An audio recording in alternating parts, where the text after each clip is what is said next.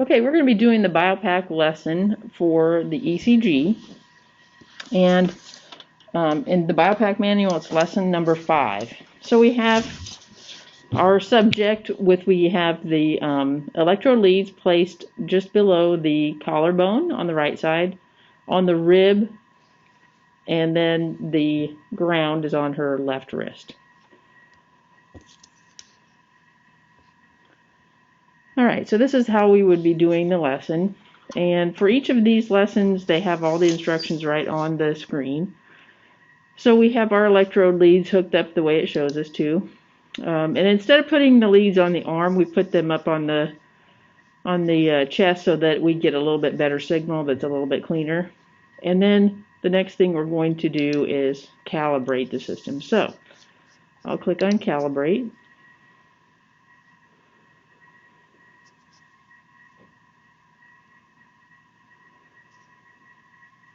And we can see that we have a signal that looks similar to the example data. So we can continue on to our lesson. All right, so for our first part of our lesson, it's asked for us to have our subject remain laying down with the eyes relaxed and with the eyes closed. So we're going to ask our subject to lay down. We have a mat on the floor. And as soon as we have her laying down, we will start to record our data. Okay.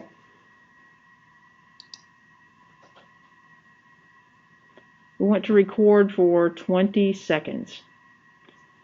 So the line on the top, the blue one, is showing you the actual ECG. On the bottom is showing the heart rate, which we won't use a whole lot here. Okay, and now we will click suspend. Okay, if the data looks okay, which it does, it says to click continue. Okay, so for the next portion of this, the task that we will have them do is we will have our subject sit in a chair, relaxed, breathing normally with her arms relaxed and her feet supported. So we're going to ask our subject to get onto her chair and sit in a relaxed means. Okay, we're going to record it again for 20 more seconds.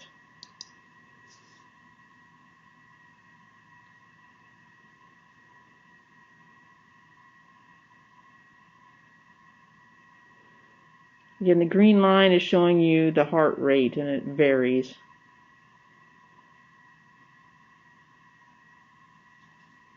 Okay, and now we'll hit suspend. Okay, verify that your data looks like our example over here, which it does, and then we will click continue.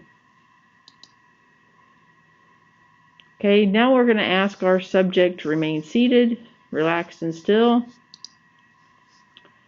We're going to ask her to inhale and exhale as completely as possible, so deep breathing in and out for 5 breaths. And I'm going to click on, for our computer, it's the escape, and that will put a marker each time she inhales and exhales.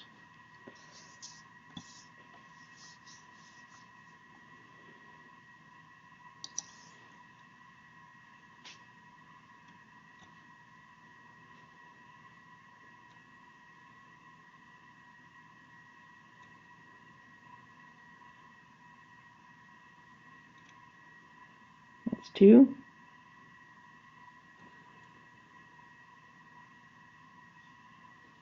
3. 4.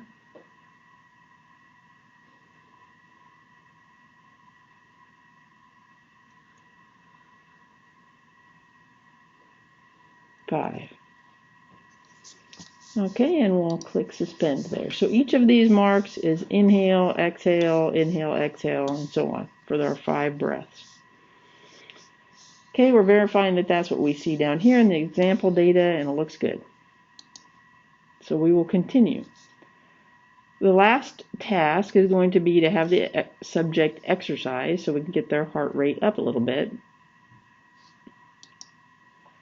So we're going to ask our subject, we're going to pause our recording for about 60 seconds here, and then we will ask her to exercise for about 2 minutes, and then we'll turn our recording back on.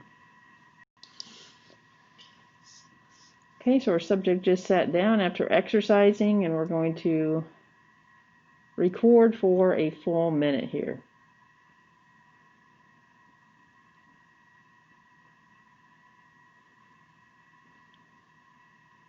Okay, so something you'll notice is that the peaks do not get any higher on our QRS. They stay the same. So even though the heart is beating harder and faster, the electricity stays the same during that contraction. So even though there's a stronger contraction by the heart or faster contractions by the heart, the electrical signal stays the same. Kind of like an electrical cord has a certain amount of electricity running through it. It doesn't matter how bright the bulb is that you connect to it, it's still going to have the same electricity, but you can connect different wattages of bulbs to that. Okay, and finally we're going to suspend that. Alright, so everything looks good, looks the same as what we have here. So we're going to continue. And this one is for if you want to do something experimental. So we're going to go ahead and say that we are done with our recording.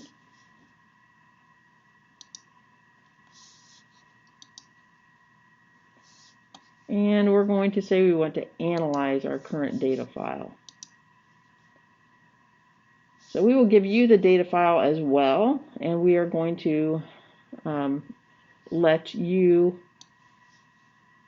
analyze this data file. So I'm going to just show you a little bit on how to do that, and then I'll have you analyze the data yourself.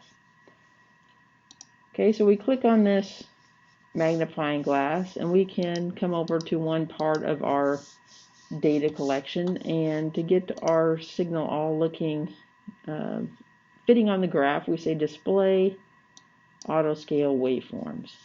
Okay, so now what we want to do is we want to see what the heart rate is. So I'm just going to show you how to do that, and then you'll do that for each section.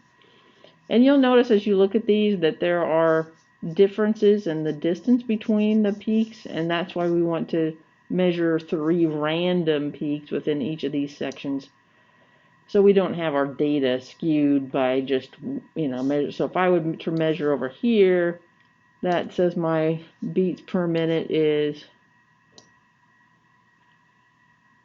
110, and here it's 65. So I want to take the average of 3, and in this area they're much more consistent. So let's take this one. So the average over here, beats per minute, is 65. Let's do 2 more, just randomly in here. 72 approximately, and let's do a third one, and then we'll average those 3, and 76. So you just take 3 of those peaks, measure from the R to the R for each one, and you can get the rate, the heart rate, by looking at the beats per minute over here, okay, which is BPM. Okay, this is also, measuring that heart rate, but it's much more accurate to measure 3 of those actual peaks. Okay, the other thing you can do is you can zoom in on one of these peaks, and we can get a good look at our P, Q, R, S, and T. Okay, so something that physicians will look at when they're looking at an ECG, and they can tell what looks normal to them because they've seen them so much, is looking at things like the length of the T wave. So here's our little T wave bump, and there's the beginning to the end of that T wave.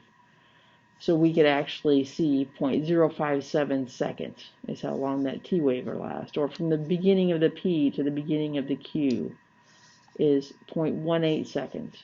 The beginning of the Q to the end of the S, 0.107 seconds. Okay?